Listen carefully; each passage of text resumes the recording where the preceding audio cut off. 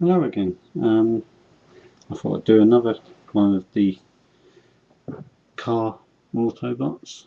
Review of smokescreen this time. It's a very nice, colourful figure. Similar in style and transformation as Jazz, who I've already done. Haven't got a box for him, but he is complete. Again, one of the style of the G1 sort of car formers, very similar in transformation and model of car to the Generation 1 Prow and Blue Streak. I believe he came in the second wave of the G1 toys. Again, nice figure, very colourful, quite nicely detailed. I'll bring him in a little bit closer if you can pick up any of the detail. Nice head sculpt on these figures.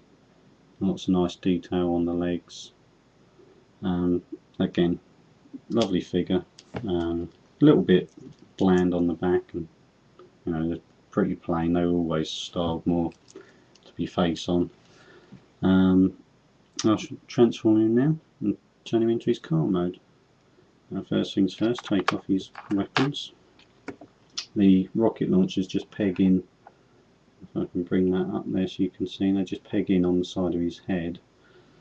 They do on all of the G1 cars like Prow and Blue Streak. First things first is push his feet together to form the back of the car. Click that up, and that's basically it. Then you've got to flip the front section that way. Now you've got, if I can remember how to do this, you've got to flip up his crutch, which in some ways is a bit weird.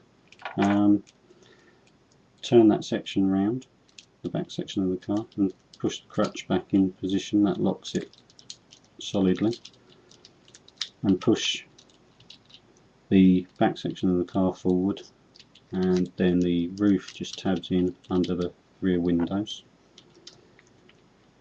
Again, as with Jazz, where I explained on that review, you do have to watch the joint where the windscreen meets the piece what's behind his head, as that is a very weak spot and they often break off.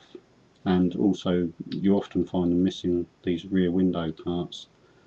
As with the G1 Jazz, with the arms, you turn the front wheel arch in, flick the wheel round, then you need to bend his arm inside there, so you've got the hand there and a post on top of there, and do the same on the other side so that they become opposites to each other. And this actually works better than the G1 Jazz. You actually have to turn his arm sort of almost like backwards to do it on Jazz, where this one actually seems to work correctly.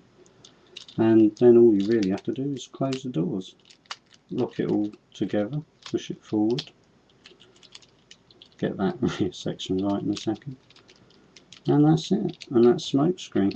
Move these out of the way so you can see him a little bit better. Like I say, a little bit of discoloration over the years, but I mean, he's in pretty good shape all round really. It's difficult to find one in as nice condition as this. I have seen other ones and they always seem to be missing or broken parts. Very pleased that I got this one. Again, I'll bring this in so you can see a little bit more of the details on him. You do obviously get the new versions and where they did the reissues, but this is a genuine one. You can usually tell that by on the reissues, they're not necessarily chromed on these weapons. They're usually, like on the G1 Jazz reissue, they're black. Whereas all of the original ones were all chromed in one style or another, be it gold chrome or silver chrome. Hope you've enjoyed the review.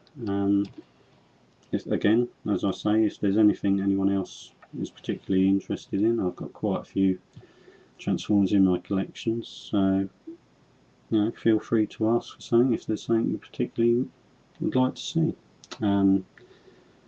See you again soon.